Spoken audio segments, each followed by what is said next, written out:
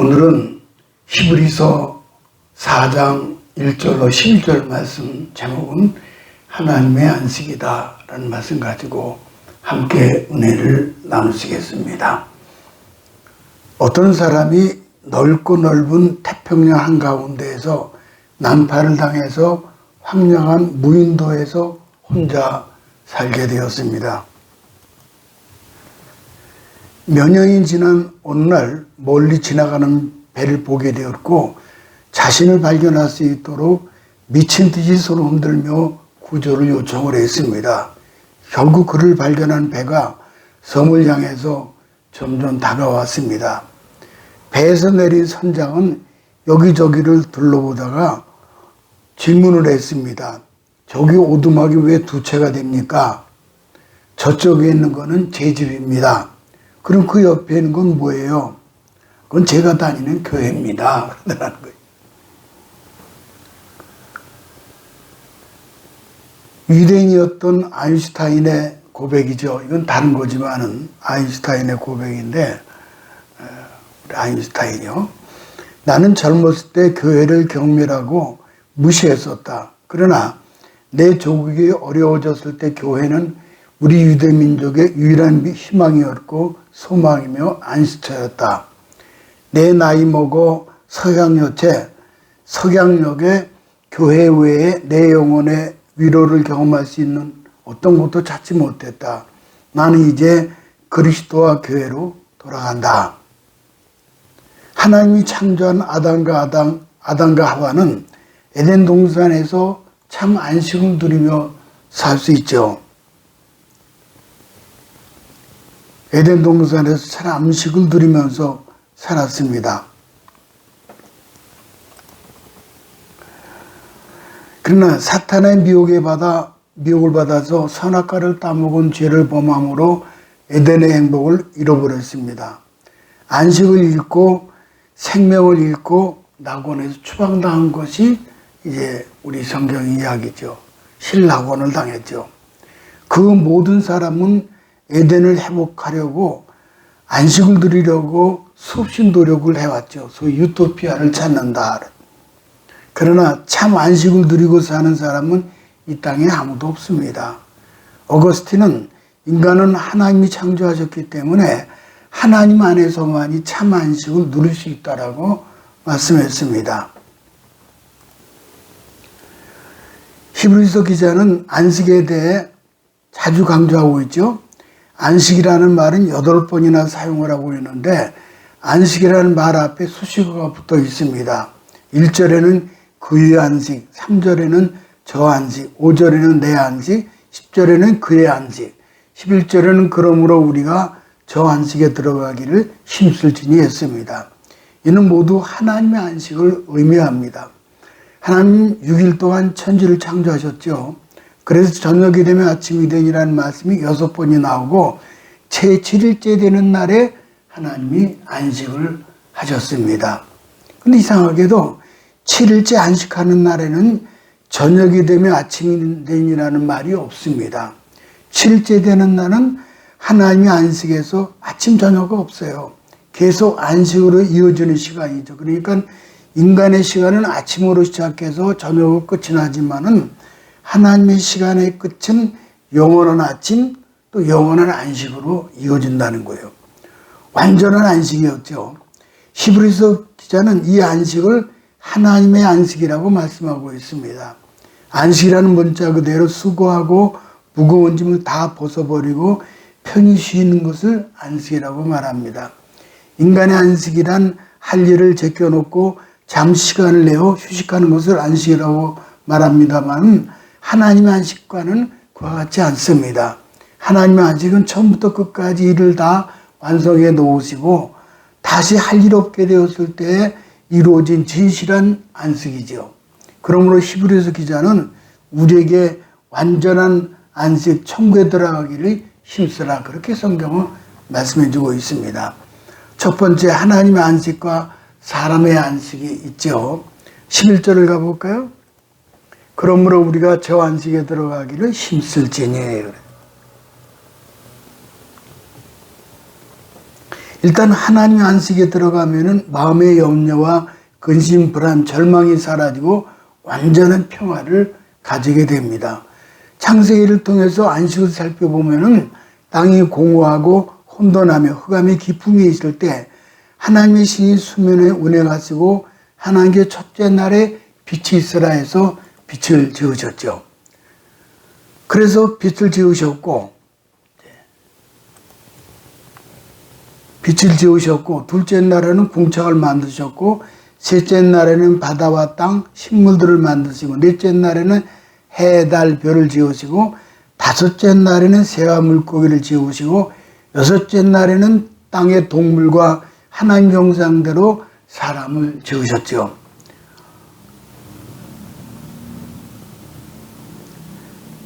근데 놀라운 것은 하나님이 천지 창조하실 때 그 천지를 창조하실 때 짓고 난 다음에 반드시 보시기에 좋았더라 그러셨어요. 하나님 만드신 일은 다 좋은 일만 하시지 나쁜 일을 하지 않죠. 우리 사람들이 하는 일은 좋은 일도 있고 나쁜 일도 있는데 하나님은 나쁜 일을 할 수가 없으셔요. 그러나 마귀가 하는 일은 항상 나쁜 일만 하지 좋은 일은 전혀 없는 거예요. 도적질하고 죽이고 멸망한 일만 하지 선하고 착한 일은 없습니다. 그러나 하나님의 일을 행하시는 여호와, 그 일을 지어 성취하시는 여호와, 우리 생애 속에 들어와서 좋은 일만 이루어주시는 거예요. 종이 엿새 동안에 천지를 지으시고 제7일에 안식했다라고 말씀하고 있습니다. 창세기 2장 1절로 3절을 가볼까요? 천지와 만물이 다 이루어지니라. 하나님이 그가 하시던 일을 일곱째 날에 마치시니 그가 하시던 모든 일을 그치고 일곱째 날에 안식하시니라. 하나님이 그 일곱째 날을 복되게 하사 거룩하게 하셨으니는 하나님이 그 창조하시며 만드시던 모든 일을 마치시고 그날에 안식하셨음이니라. 아멘. 세베스라고는 안식일이죠. 그러므로 안식 후 첫날 교회나 예배를 드리는 것은 하나님의 복이 보장이 된 거죠. 그러므로 축복받은 날을 하나님의 성전에서 보낸다는 것은 그 일주일 동안에 하나님 축복이 따를 것을 보장하는 거죠.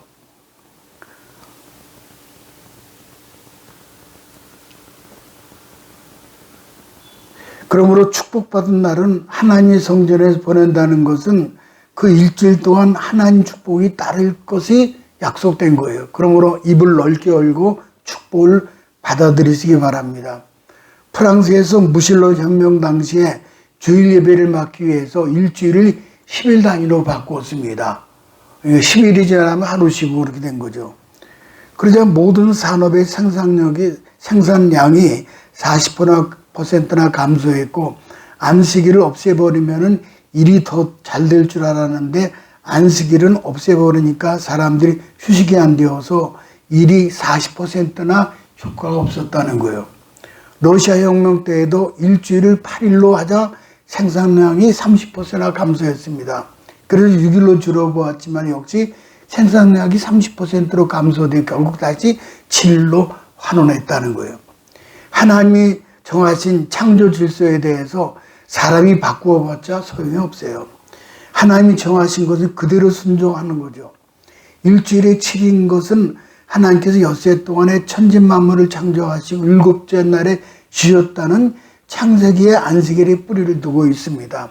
안식일은 하나님께서 다 이루시고 쉬시는 축복의 날입니다. 그 날을 인간의 힘으로 바꾸어 놓으려 하면 안 되죠. 근데 하나님 모든 것을 완성해 놓으시고 더 이상 이 세상에는 고통과 아픔이 없었습니다. 그런데 왜 오늘날 우리가 사는 이 땅에 죄와 질병과 저주와 절망, 죽음, 미움, 분노, 질투, 시기가 온 것이 다 이제 온갖 것이 다 아프죠. 히브리서 기자는 우리가 가장 두려워할 것은 우리에게 가르쳐주고 있습니다. 1절에 보니까는 그랬어요. 1절에 보면은 우리는 두려워할지니 그의 안식에 들어갈 약속이 남아있을지라도 너희 중에는 혹 이르지 못할 자가 있을까 함이라.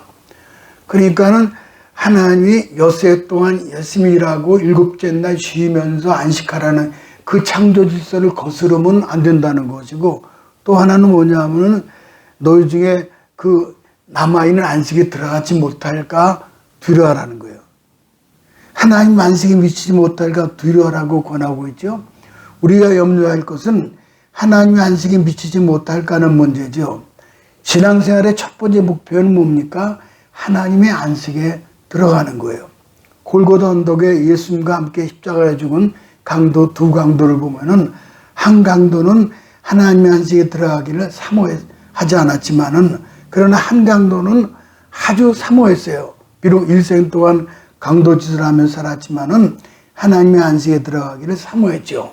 그래서 누가복음 23장 43절에 보니까는 예수여 당신의 나라 임하실 때 나를 좀 기억하소서 생각하소서 그랬어요. 얼마나 뻔뻔하고 비양심적인 이야기입니까? 그러나 안식을 사모하는 강도에게 주님께서 44절에 내가 진실로 내게 이르노니 오늘 내가 나와 함께 낙원에 있으리라. 안식에 들어간 거예요.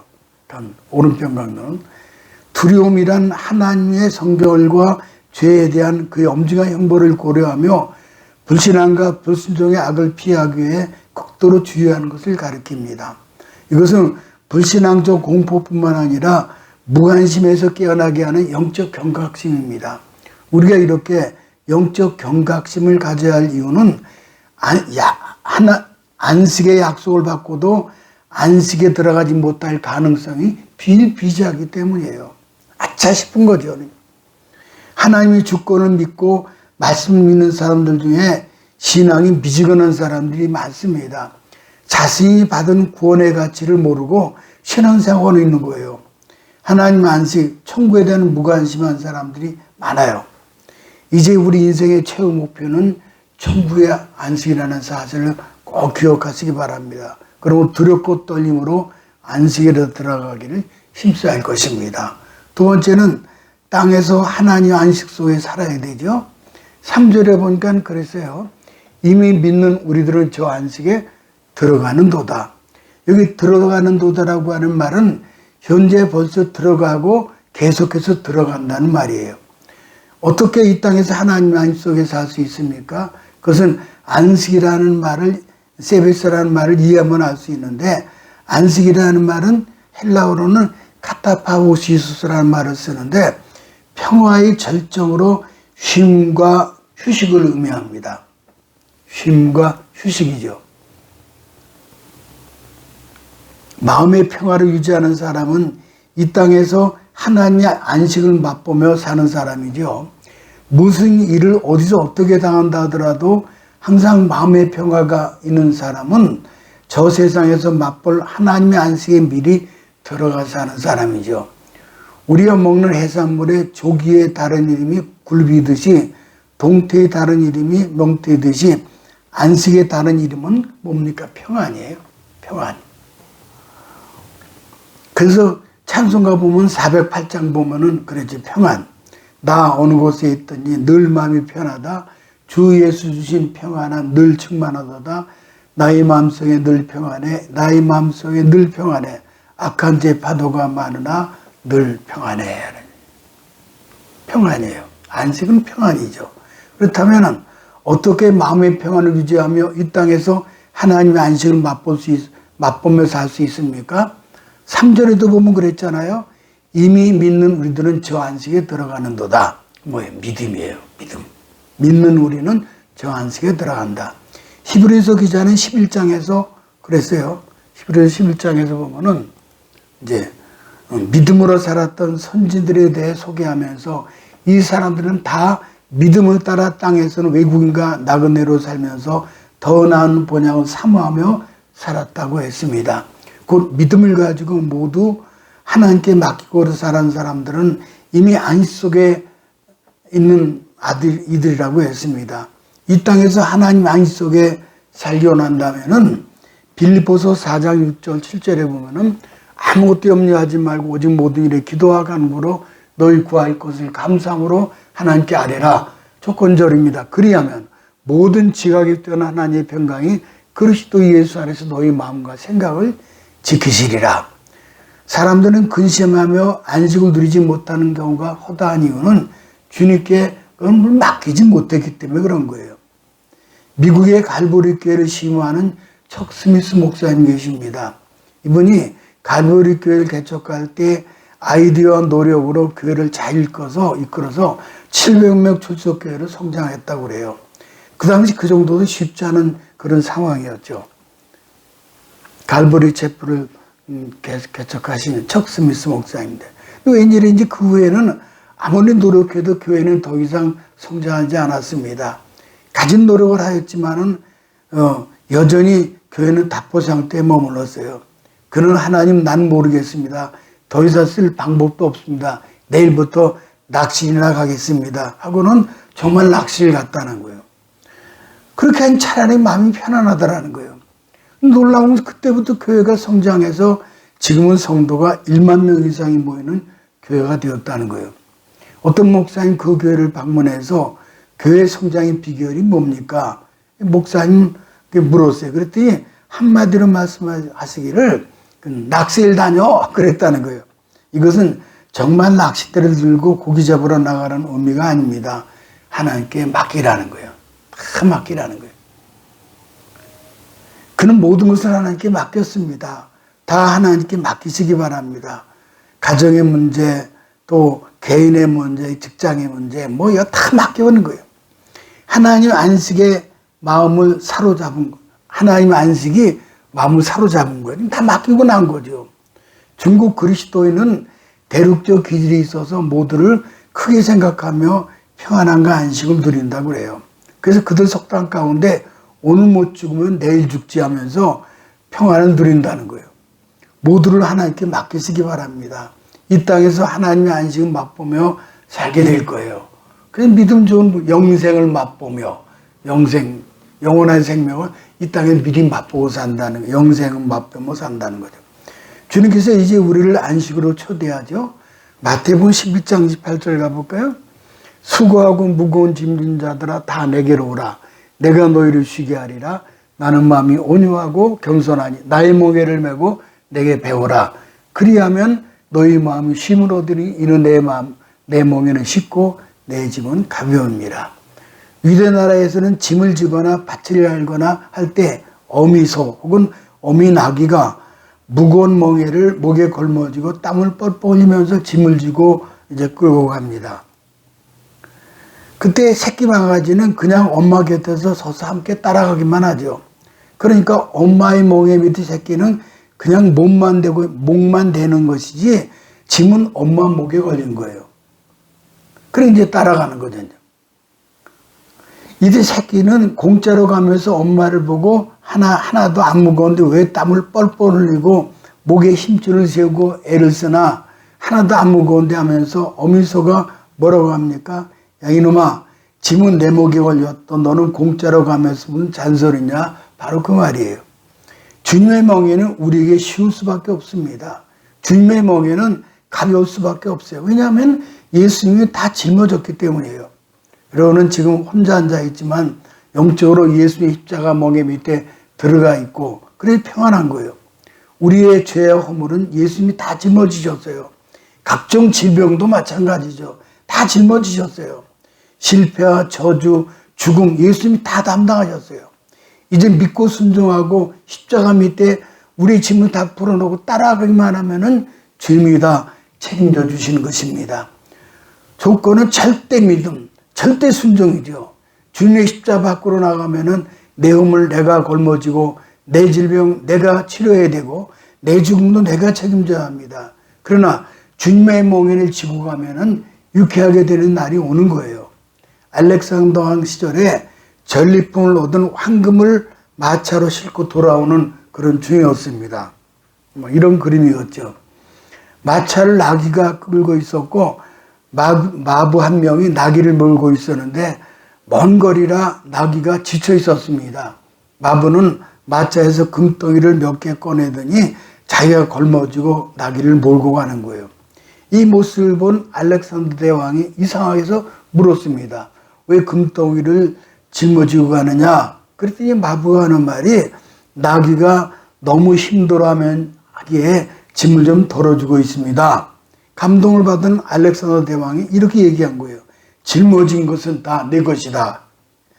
사람이 한 번 준 것은 정하신 것이요 죽은 후에는 심판이 있습니다. 심판 때 상금은 이렇게 주어지는 거죠. 상금은 짊어진 것만큼 받게 될 것이다. 한번 따라합시다. 짊어진 것은 다 내 것이다. 아멘. 짊어진 것은 다 내 것이라는 거예요. 마지막 세 번째, 하늘 천국의 영원한 안식이 있죠. 9절 가볼까요? 그런즉 안식할 때가 하나님 백성에게 남아있도다. 히브리서 기자는 안식에 대한 약속이 아직도 남아있다는 것을 입증하기 위해서 다윗의 말씀을 인용을 하고 있습니다. 7, 8절 가볼까요? 오랜 후에 다윗의 글에 대해 그래 다시 어느 날을 정하여 오늘이라고 미리 이와 같이 일렀으되 오늘 너희가 그의 음성을 듣거든 너희 마음을 완고하게 하지 말라 하였으나니 만일 여호수아가 그들에게 안식을 주었다면 그 후에 다른 날을 말씀하지 아니하셨으리라. 모세는 실패했지만 후계자 여호수아는 이스라엘 백성을 끌고 가나안 땅에서 안식에 들어갔습니다. 그러나 원래 약속한 안식으로 간주되지 않습니다. 왜냐하면 이스라엘 백성에게 안식의 날이 남아있기 때문이죠. 여호수아는 예수님의 그림자였고 가나안 땅은 안식일의 그림자이기 때문입니다. 남아있는 안식은 영원한 천국에서의 안식이죠. 그렇기 때문에 출애굽 후 500년이 지나서 산 사람인데도 다윗은 출애굽 후에 500년이 지나서 산 사람인데도 불구하고 안식에 대해서 여전히 미래적으로 전망했던 거죠. 우리는 이 땅에서가 아니라 영원한 하나님 나라에서 참된 안식을 누리게 되는 겁니다. 잠시 어두운 터널을 지나는 것과 같은 죽음을 통과하고 나면 우리는 밝고 찬란한 천국의 아침이 열게 되는 거죠. 상상도 하지 못했던 새로운 안식의 삶이 시작되는 거예요. 살아있는 순교자였던 안희숙 여사는 죽으면 죽으리라는 책을 썼습니다. 이제 안희숙 여사. 죽으면 죽으리라 그러죠. 그리고 죽으면 살리라. 또 당신은 죽어요. 그런데 안 죽어라는 여러 권의 책을 썼습니다. 근데 저서마다 죽음이라는 단어가 들어가 있어요.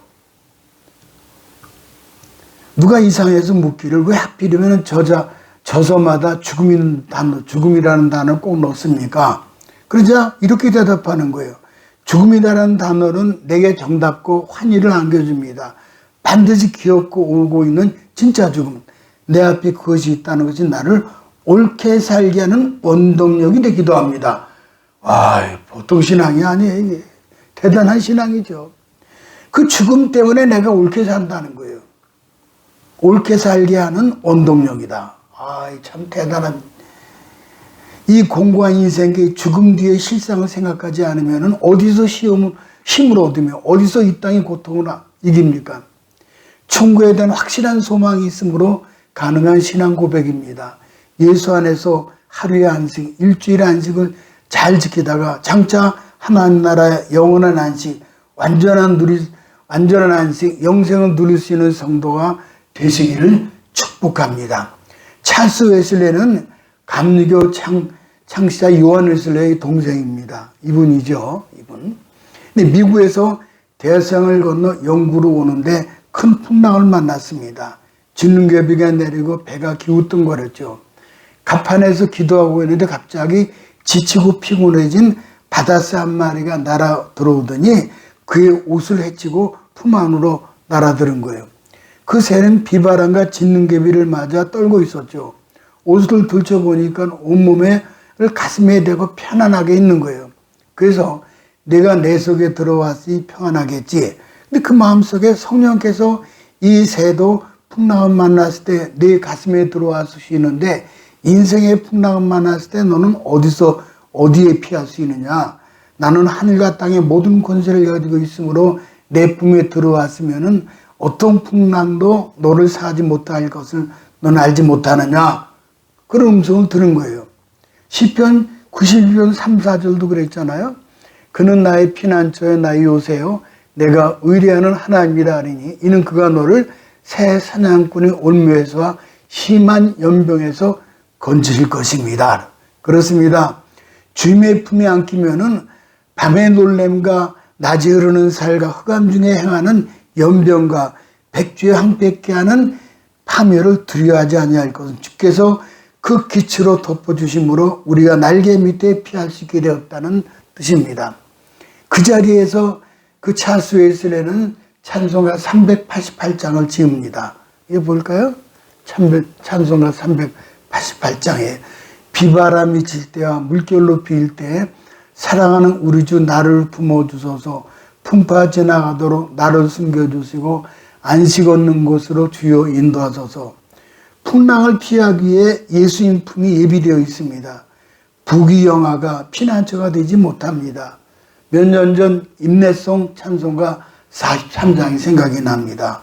얼마나 참 그 1년 동안 잘 드렸잖아냐. 즐겁게 안식한 날, 반갑고 좋은 날, 내 마음을 평케 하니 즐겁고 기쁜 날, 이날의 천하마음이 다 보좌 앞에서 참되신 삼일째 거룩다 부르네. 이날에 하늘로서 새 양식 내리네. 성회로 모이라고 종소리 울리네. 복음의 밝은 빛은 온 세상 비치며 또 영생물이 흘러 시원케 하시네. 이 안식 지킴으로 새 은혜 입어서 영원히 쉬는 곳에 다 올라갑시다. 성부께 참여하고 성자 또 성령 참되신 삼위일체 찬송할지어다. 아멘. 이 참 43장 또 드리고 싶으네. 히브리서 3장 18절 가볼까요? 참 무서운 말씀이 있어요. 하나님이 누구에게 맹세하사 그의 안식에 들어오지 못하리라 하셨느냐? 곧 순종하지 아니하던 자들에게 아니냐? 이러보건대 그들이 믿지 아니함으로 능히 들어가지 못한 것이라. 참 무서운 말씀이에요. 이 말씀을 흘려듣지 마시기 바랍니다. 순종치 않으면은 그날에 하나님 안식에 들어가지 못한다는 무서운 말씀이에요. 부디 안식 지킴으로 이 땅의 안식을 누리다가 하나님 안식에 빠짐없이 다 올라가시기를 주님의 이름으로 축복합니다.